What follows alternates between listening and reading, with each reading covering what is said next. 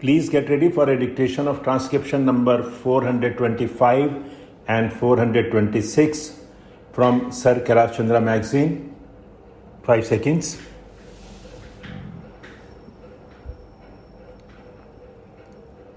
Start. Now I would refer to some of our economic and other problems indicated or not referred to in the address of the President. It is true that the per acre yield of wheat, paddy and other food articles has increased. It is also accepted that industrial production has increased. It is also admitted that the national wealth has also increased.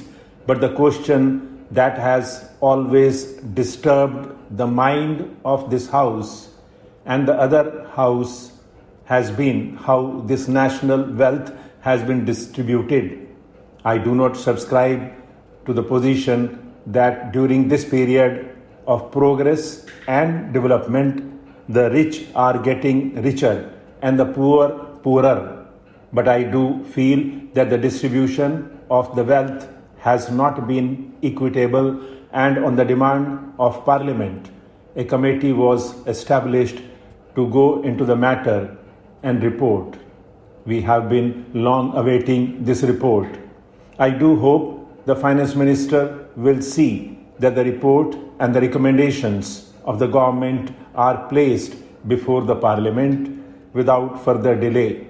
In this connection, I might express our satisfaction regarding the policy adopted by the Finance Minister about the declaration of the stocks of non-ornamental gold and the issue of gold bonds so that we may stop the prevalent smuggling and reduce the invisible and continuing waste of our foreign exchange.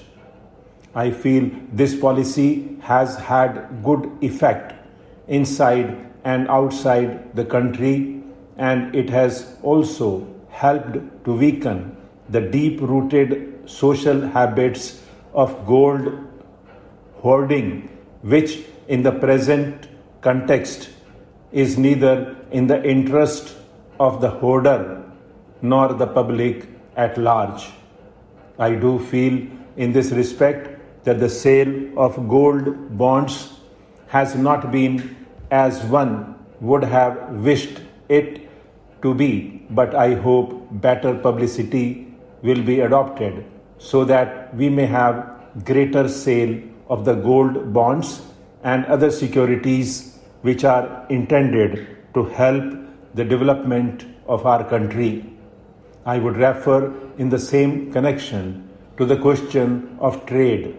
By the breakdown of the talks by the UK regarding the European Common Market, several questions have arisen, and it is felt in our country and in other countries that some international organ should be established to look after the matter of trade and tariff. The GATT provides a forum to contracting parties, which is specialized international body governing world trade. It is a matter of satisfaction that the United Nations is contemplating to have a world conference on trade in March 2004, for which preparations have already been started. I do hope this conference will consider the position of the countries which have recently become independent and which have a long way to go to build up their economic position. The prosperity of the world does not consist in exploiting the weaker elements of the international society, but in giving them all opportunities to develop and strengthen themselves. Similar sentiments have been expressed by world statesmen. I do hope that our government will also emphasize in the coming conference the necessity of helping the underdeveloped countries. The government of United Kingdom is also contemplating to have a trade ministers conference shortly, and I have no doubt that the question of preference to Commonwealth countries and other matters will arise, and well considered decisions will be taken in the matter of trade and tariff, which will strengthen the United Kingdom as well as the other Commonwealth countries. Let me make it clear, sir, that unless we reduce the cost of production of our export commodities and are able to compete in price with other countries, no matter of trade facilities will help our exports, which have to be considerably increased to meet our foreign exchange requirement. As regards education, I would like to emphasize that as we have to educate our masters in order to have a healthy democracy, we should not grudge expenditure in spreading compulsory primary education as early as possible, but I am more concerned, sir, with the question of the quality of education. I have stressed many a time, and I would repeat again, that the education that is being imparted to our young generation does not contain the material to develop our patriotic urge on national scale and our moral urges to feel or make our children feel one with humanity. The Education Ministry will have to take into consideration the question of prescribing certain standard textbooks so that the education that the younger generation will receive will be different from that which has been given so far with communal and sectarian bias. I would also appeal to the Education Ministry to see that the textbooks are made very cheap.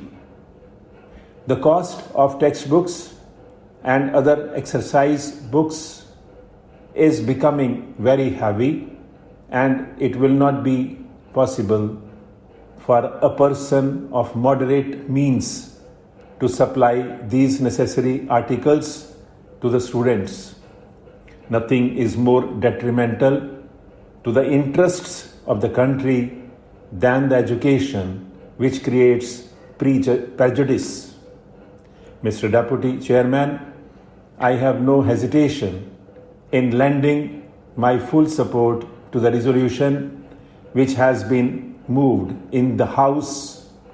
This resolution is very timely, and the government will be well advised to take into consideration the various factors which the mover has already enumerated in support of his resolution.